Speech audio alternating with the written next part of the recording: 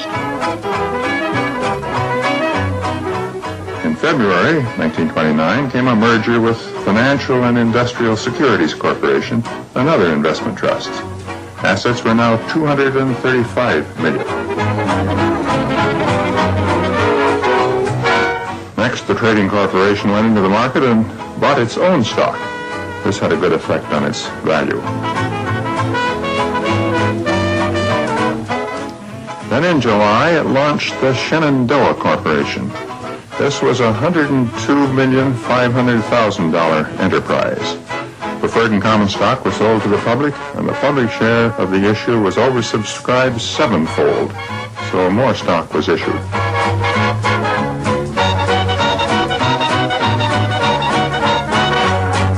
In August, Shenandoah launched Blue Ridge for $142 million.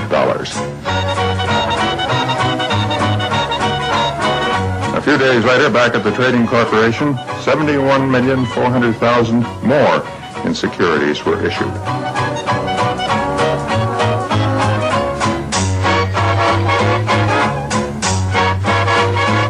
In October, when the stock market collapsed, so did all of this. Shenandoah, once $36, went eventually to 50 cents. The Trading Corporation had reached $222. And in a couple of years, it was below $3. Goldman Sachs now became conservative, rang down the fire curtain, and survived. October 24, 1929 was the end. A terrible day. Everyone tried to sell. Almost no one wanted to buy. The ticker fell hours behind the market, and across the country, people didn't know how bad things were. They only knew that they had been ruined. At noon, the authorities closed the visitors' gallery of the exchange.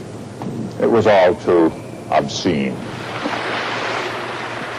Day after day thereafter, the market went down and down and down.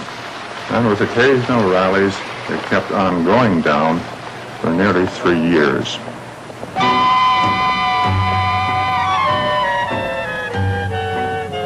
After the Great Crash came the Great Depression. Everything that had been weak before became weaker, collapsed. Banks, corporations, investment, consumer spending. And fear took over. By 1933, nearly a fourth of all American workers were without jobs.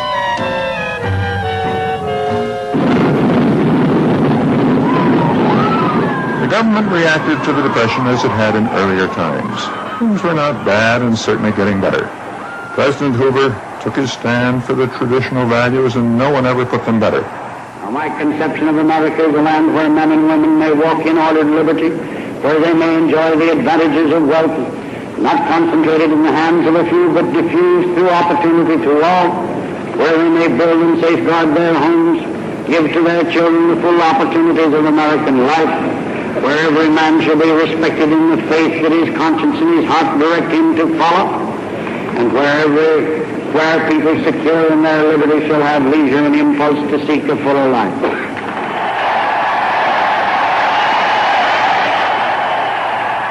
He was not alone in the traditional faith.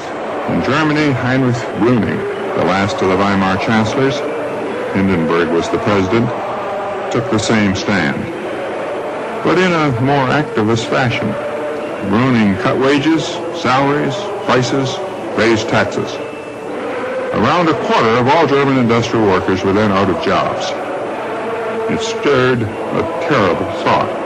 If this were democracy, could Hitler be worse? Might he not lighten this darkness?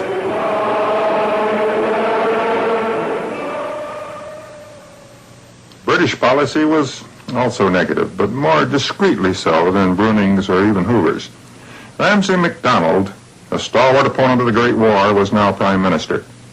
The question you have to settle, and I have to try to settle, is whether the pound sterling is going to fluctuate so much from day to day that not one of you housewives, not one of you women who are responsible for the expenditure of your household income will know from week to week how much the pound is going to bring to you.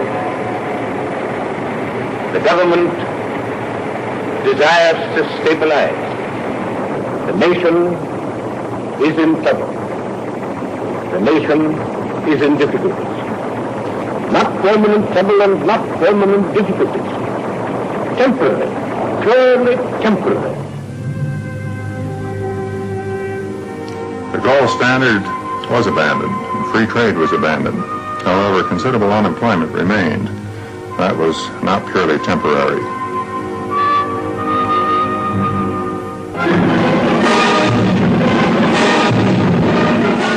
Only Russia was untouched by depression, and no depression would have been much noticed there. The time had come for the agricultural collectivization that Lenin had postponed, and this stage in the revolution was infinitely more bloody than the first. Even Stalin was pained, and when Stalin was pained by other people's pain, it was pain indeed. Keynes was wholly clear as to the proper action. He wanted borrowing by the government and then the expenditure of the resulting funds. The British government paid little attention, although Keynes now had a convert in Lloyd George. Roosevelt was following Keynes's policy, but out of necessity rather than conviction. And so a depressing thought was Adolf Hitler. Unsere Fleiß, unsere Fähigkeit, unsere Schlusskraft. Deutsche Arbeiter, an das Werk! Keynes was not known in Germany, and certainly not to the Nazis, but their instinct for action served them better than the sound economics of the time served Britain and the United States. In 1933, Hitler borrowed and spent, and at first mostly for civilian works, railroads, canals, public buildings, the Autobahn.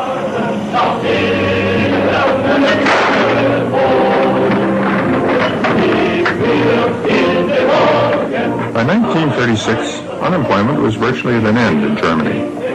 A ceiling was then put over prices and wages, and this too worked. Germany had full employment without inflation. But people were not persuaded by the German example. People heard the screaming oratory and rejected the economics. With Roosevelt in the United States, Keynes saw his chance. A famous letter to Roosevelt summarized his case. I lay overwhelming emphasis on the increase of national purchasing power resulting from government expenditure, which is financed by loans. In 1934, Keynes went a step further. He carried his case directly to Roosevelt at the White House.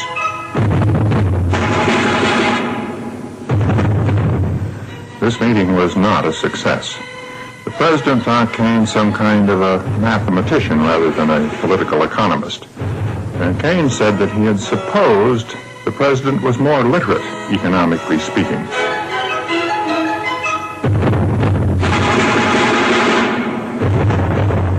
The New Deal was doing much, making jobs, helping farmers, rescuing the banks and corporations, reviving hope. The National Recovery Administration, the NRA, was trying to arrest the downward spiral in prices and wages, the depression counterpart of the modern inflationary spiral.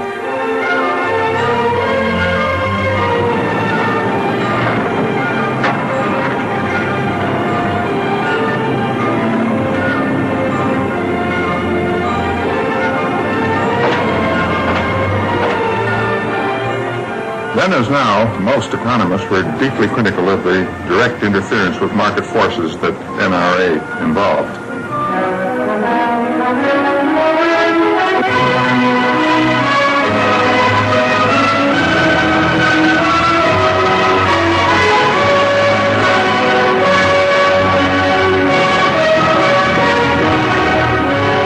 The New Deal activity was being financed by borrowing, as Keynes urged.